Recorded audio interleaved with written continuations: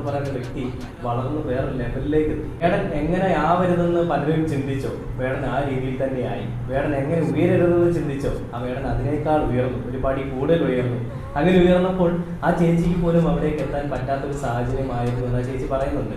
ആ വാക്കുകൾ കേൾക്കുമ്പോൾ തന്നെ അറിയാം ഒരു മനുഷ്യൻ എങ്ങനെയായിരിക്കണം, അല്ലെങ്കിൽ ഒരു മനുഷ്യന്റെ മനസ്സെന്തായിരിക്കണം, ജാതിയാണോ മതമാണോ മനുഷ്യ ജീവിതത്തിൽ ഏറ്റവും വലിയ ഘടകമെന്നുള്ളത് ആ ചേച്ചിയുടെ വാക്കുകൾ കേൾക്കുമ്പോൾ തന്നെ അറിയാം. ലക്ഷ്യത്തിൽ ഒന്നേ കാണും ഇതുപോലെ ഒരെണ്ണമെന്നൊക്കെ പറയാൻ പറ്റുന്ന പോലത്തെ ഒരു കാര്യമാണ്. ഈ ചേച്ചിയെ പോലെ മനസ്സിൽ വേറൊന്നുമില്ലാതെ ഒരു മകനെ സ്നേഹിക്കുന്നത് പോലെ, അല്ലെങ്കിൽ ഒരു ജ്യേഷ്ഠനെ അല്ലെങ്കിൽ ഒരു സഹോദരനെ സ്നേഹിക്കുന്നത് പോലെ ആ ഒരു ചേച്ചിയുടെ ആ ഒരു വാക്കുകളുടെ സ്നേഹം എല്ലാം നമുക്ക് കാണാൻ പറ്റും.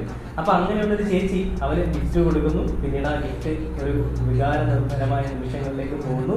ആ വേടൻ അത് സ്വീകരിച്ചതെല്ലാം നമ്മൾ കാഴ്ചകളെല്ലാം നമ്മൾ വീഡിയോയിൽ കണ്ടതാണ്. ഈ സൈഡിലൊക്കെ നിങ്ങൾക്ക് അറിയാൻ പറ്റും. അങ്ങനെ അതിനുശേഷം ആരാണ് ഈ വ്യക്തി, അല്ലെങ്കിൽ മെഹജൂർ ആരാണെന്നുള്ള അന്വേഷണങ്ങൾക്ക് ഒടുവിൽ അവസാനം ഇങ്ങനെ വീഡിയോ വന്നിരിക്കുകയാണ്.